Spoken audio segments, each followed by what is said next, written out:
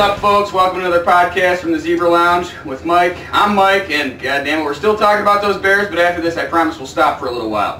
All right, let's continue the Super Bowl lament. Diving right in. Did the Bears abandon the run too quickly in Super Bowl 41? Yes, no question about it. I think he saw a good first half from Thomas Jones. And all of a sudden the Bears went to the air in this bad weather, which was not conducive to throwing the ball downfield. Sure. Rex had a little bit of hysteria going on himself. Sure, fumble a couple of snaps and that'll get your nerves going. Sure, no question about it. And his passes were about as accurate as Drew Brees' were in the NFC Championship game. Yeah. Just to say, not very. Like, he was all over the place. Yeah, absolutely. And with a one-possession game, I feel like they could have exposed that Colts run defense that we've heard so much about. Especially in that fourth quarter when they're marching. We just had that big 20-yard play right before the interception on the underthrown ball to Moose. Excuse me. Right there, you got the ball at the 50 in a 5-point game in a sloppy field with a tired defense on the field. I want to see him run the ball there, so especially on first down. I mean, a little pump and go there. What about the 2nd and 1? Yeah. With 2 consecutive lost plays from Rex. Well, that was a fumbled snap and a, I don't know what the hell, when he tripped on the NFL logo at the 50. You can't really plan for that. All right. Okay, moving on. Let's think about good things. Who are your most valuable Bears? MVBs, offensive and defensive, for the 2006 season. Well, on offense, I'm going to take Bernard Berrian. It's a ballsy pick. Yeah, it is. And I know he didn't have quite the number. He didn't make quite as many plays. But his presence on offense and his ability to stretch the defense that we saw from the very first possession and the very first game against Green Bay. Yep. And he made that big play downfield for the touchdown. And he was there all season. You saw it against the Saints. Yeah, he was there all season. But, I mean, he established it early, and what that does is it opens up the game for Thomas Jones to run, because the defense has to be honest. Sure, and it sure makes Rex look good, too. Yeah.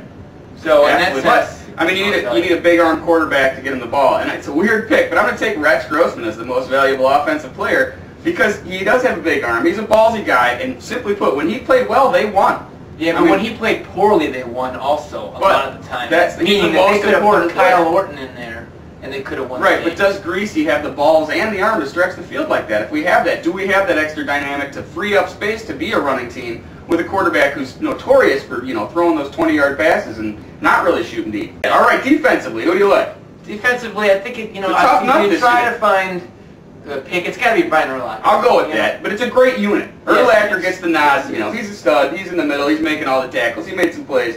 Briggsy to me is a close second. Yes. The other guys I love Briggs. Oh, you gotta love Briggs. But the other guys you got to bring up to me are the guys who didn't get to finish the season, and that's Tommy Harris and Mike Brown. You think the injuries might have kept him from being your MVP? I think so. I mean, Tommy Harris might have had a nice push late in the season. Mike Brown, he's, to me, awesome. I really hope the Bears get him back. And as you say a lot, we see the effect that he has when he's not on the field. No doubt.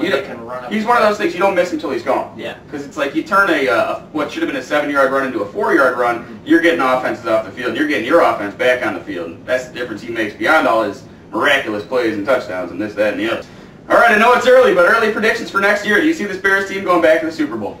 I think it's really too early to say right now. I think you got to see who they bring back. If they bring back the same team, if Briggs is there, if Brown is there, I can see it, sure. I think the dominoes are set up for them to come back, bring back the same team. They're a young team. They're a feisty team. I think this is going to have a bad taste in their mouth. They're going to have the same students and the same teachers, and yes, I see them coming back. Then again, there's so much parity in the NFL. Teams repeating in the Super Bowl. You never know. I was going to say, too, the NFC is a weak conference, is weak, yeah. But you never know who's going to be the Saints. You never know who's going to be the Bears. You never know who's going to spurt up next year. But I see them being in the mix with anybody in that NFC for damn sure. No question. I see them being in the playoffs.